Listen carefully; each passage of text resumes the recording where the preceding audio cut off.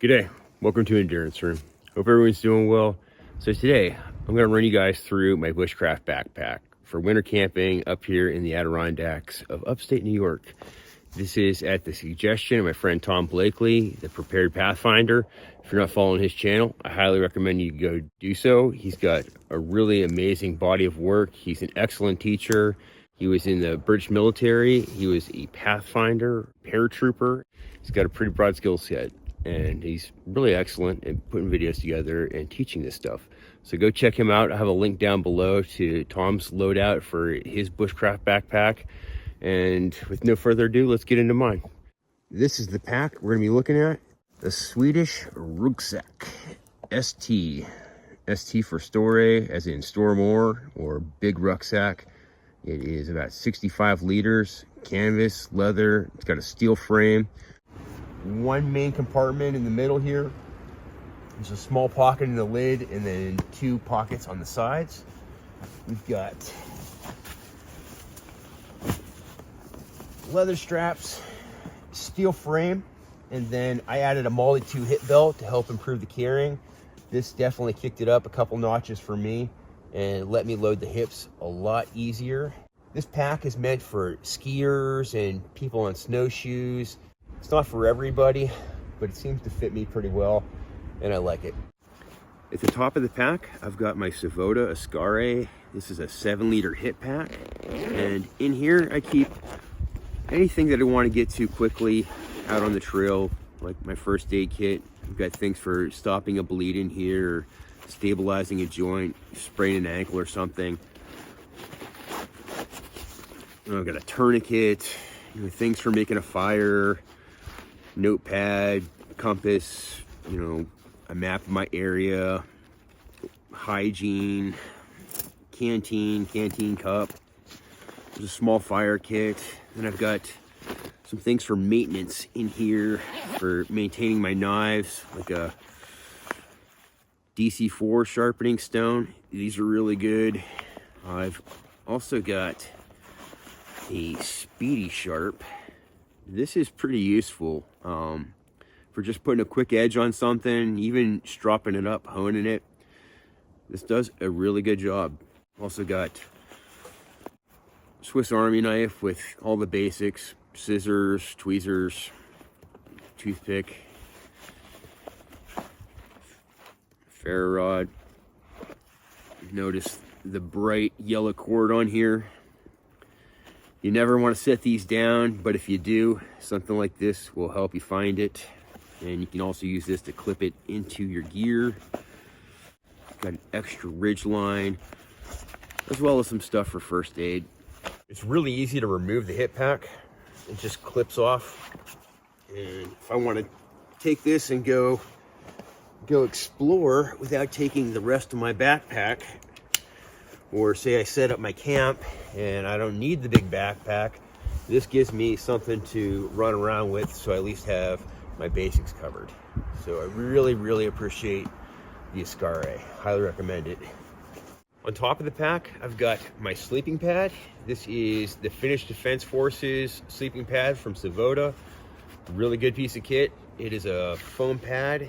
It's about a 1/2 inch thick, and then it's got a ground sheet built into it. So you got a 2-in-1 item here. Underneath that, I've got my tarp with a shelter kit inside with tent stakes, ridge line, guy lines, everything I need to build a variety of shelters. And what I like about the 3x3 is it's big enough that I can set it up as an enclosed shelter. If I need to make a tent and close myself off, this will let me do that. Plus, this is a really strong, durable, well-made tarp. I've had this one for probably 7 years and it's still good to go. On the sides of pack, got 2 pockets. On the right here, I've got a little spice pack from Better Bushcraft. And in here, I've got some herbs and salt for spicing up my steak.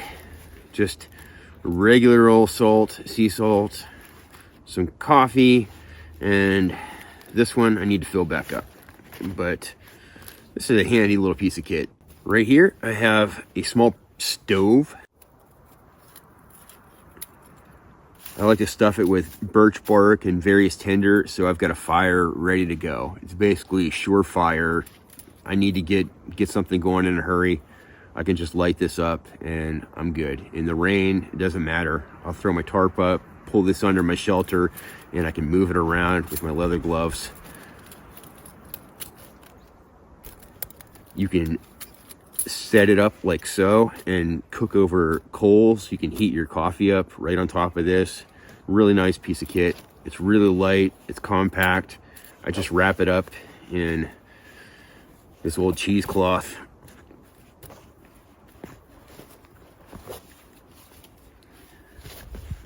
And last on this side is my steel cup. It's about 750 milliliters. It's got a lid and it's good for coffee. It's good for cooking. Quite often I'll pack this up with food. You know, I'll wrap a steak up in wax paper and just fold it up inside of here, and I'll use this for carrying my food. On the other side, we've got my 64-ounce clean canteen. Big steel bottle. I can boil in this if I need to, but usually this container plus maybe a 1 quart canteen or 1 liter canteen is good enough for me for an overnight, and it keeps me from having to filter more water. So it gets me through the night, plus coffee in the morning, and then I've got a water filter if I need to top off. Moving to the inside of the pack.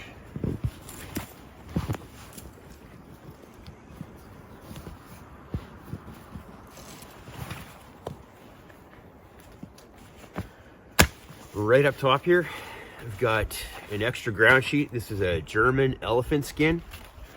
Really nice ground sheets. They're very tough, very durable, and it's great for having an extra bit of cover. Say you want to set up your shelter with your sleeping pad on the inside. I like to use this. It's just a mat that I can move around if I want to go sit out by the fire. You know, I've got extra cover. It gives me extra storage space, you know, for my backpack or my clothing or anything on the inside of my tent or my tarps. Underneath the lid, we've got a small zipper compartment. In here, just got some extra glove liners to help keep your hands warm.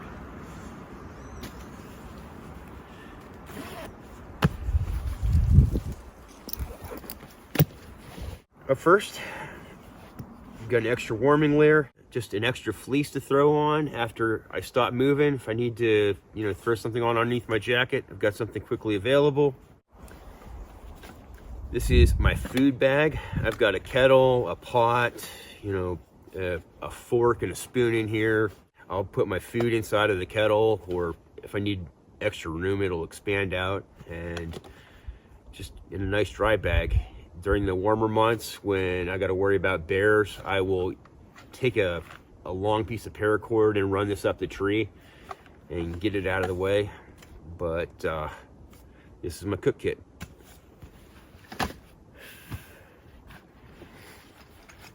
Right here is a bottle bag for my 64-ounce bottle. This lets me throw it on, sling it over my shoulder, and have water out on the trail. If I want to go for a hike, I can carry my water with me.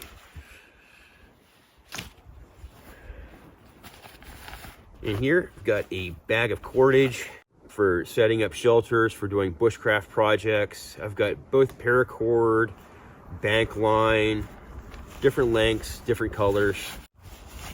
And it is in a nice bright orange stuff sack, so I can use this for signaling if I need to. Right here, up top, is a Jerven Felduken Hunter. This was my first one. I got this about 7 years ago, and absolutely phenomenal kit. You've been watching the channel, you probably know what I think of these. They're absolutely amazing. You can use this as rainwear, as a poncho. You can put it on over top of yourself and your backpack. If you want to sit down out in the cold and the wet, sit down on a log, you just put this thing on and you're toasty, dry, comfortable. I primarily use this as a poncho, as a warming layer, and then as part of my sleep system. I will suspend this underneath my tarps and use it as a pod to sleep inside. It basically makes a little one-man bivvy tent that is insulated and thermally lined so it reflects your body heat. They're not the cheapest pieces of kit out there, but man, they're really good. So highly recommend the Jerven Felduken. Up next, in the blue bag, I've got a water filter. I've got a Sawyer filter with a bag and a bandana for pre-filtering. So if I need to fill up any of my canteens, I've got that covered here. In the colder months, I will keep this inside of my jacket to prevent the filter from freezing. But more often than not, I take enough water with me that it prevents me from needing to use this, but I have it in case I do need it. Next up, I've got an insulated sleeping pad. This is a KLYMIT, and it's really, really good. I believe this is the Insulated Static V. I've had this for about 7 years, no issues, and I really like pairing it up with the SAVOTTA pad. I'll have this on the ground and then this one inside of my bivvy with my sleeping bag on top of it, and it's a great combination for me. And I think the weight is worth it for the comfort and, you know, durability that it provides. It's really good. Next is a bag of clothes. I've got extra t-shirt, you know, shorts, socks, a wool beanie, merino base layer, things to put on at night or swap out if I need to get a dry layer on. So extra clothes.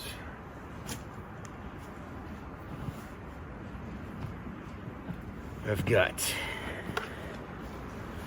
2 cutting tools. I don't always take these with me, but they're both very good and they're worth a mention. This is the Silky Zubat. It is